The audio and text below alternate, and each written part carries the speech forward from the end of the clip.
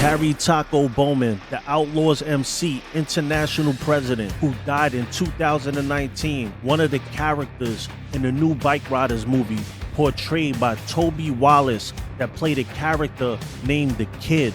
Was that kid Harry Taco Bowman? Let's talk about the inspiration for the Vandals MC, the name of the club that they portray, the Outlaws MC.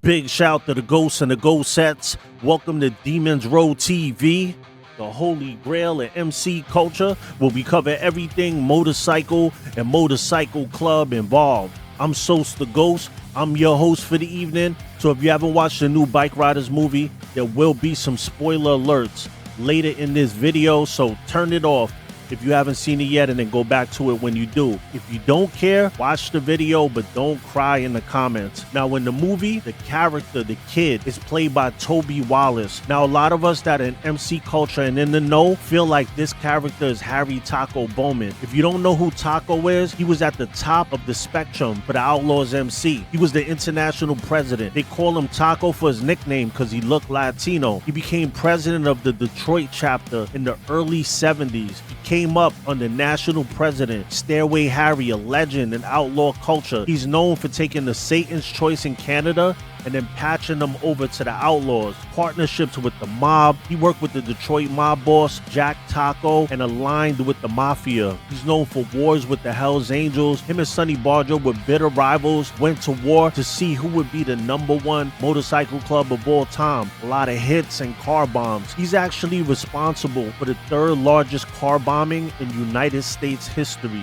George Christie of the Hells Angels, who's been on the program multiple times, brokered a peace deal with him, and Taco agreed, and then he put a $100,000 hit on him and Sonny Barger. Also, a neutral club called the 5th Chapter was seen hugging a Hells Angel in a photo. And this is why I tell people on this show, it's better to never take pictures with outlaw clubs if you're in a club, because these situations happen. Well, Harry took this picture as disrespect, and they were invited to an Outlaws clubhouse in Florida. Their colors were taken, and their president was beaten with a flashlight while they all had to watch it at gunpoint. Some members in Florida got caught up in the RICO and winded up giving Taco up. He would end up on the FBI's top 10 most wanted fugitives list and on TV on America's Most Wanted. If you ever remember those, if you're old enough to remember those, it was a big TV show where they would show all the people that were wanted.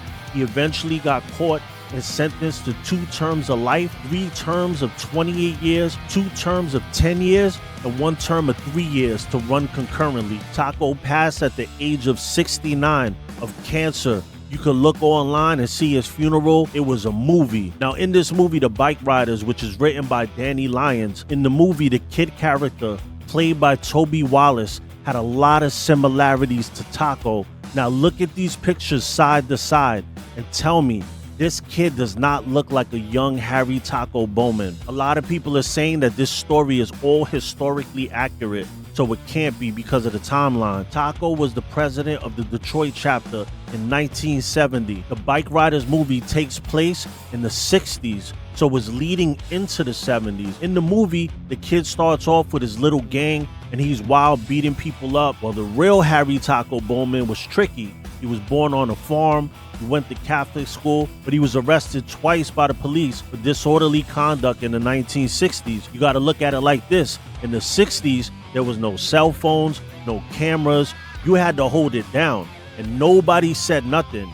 or you couldn't go anywhere in that town. Again, if you were to talk, you would just be non-existent. So imagine how wild you gotta be to get locked up twice as a kid. So it shows he was out there wilding. I did juvenile time as a teen, and I got away with way worse things than when I got caught. So who knows? But the way Toby Wallace portrays this character as a young wild kid, it adds up to the real Taco. So there's one part that I feel is completely fabricated with the kid in this movie. Spoiler alert. He asked Johnny, who's the founder and the president of the Vandals MC, if him and his motorcycle club could join the Vandals. The Vandals are the fictional club playing the Outlaws in this movie. Johnny says no, and then he says hell no. The kid persists and presses him about joining. So Johnny says, okay, you could come, but none of your friends could come with you. The kid looks back at his boys and says, yeah, let's do it. This infuriates Johnny, and he tells him to beat it. Why would anyone want someone in their club that proves to you on the first day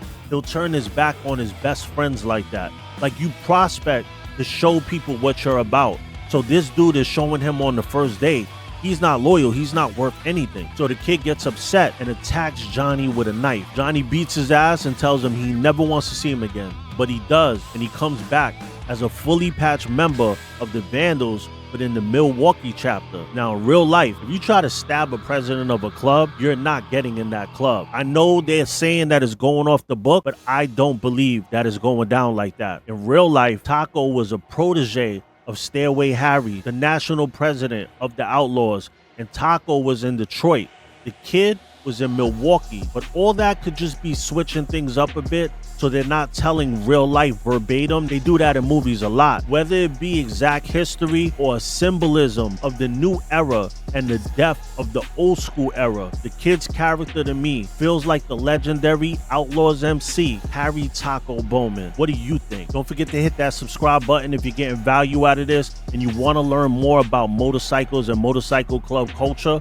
Also, we got the new Demons Row shades, bandana on the side. They're on www.demonsrow.com. I got another video. It'll be linked above. And thank you for tuning in to Demons Row TV, the holy grail of MC culture. Like, subscribe, and comment. And oh yeah, we ghosting, baby.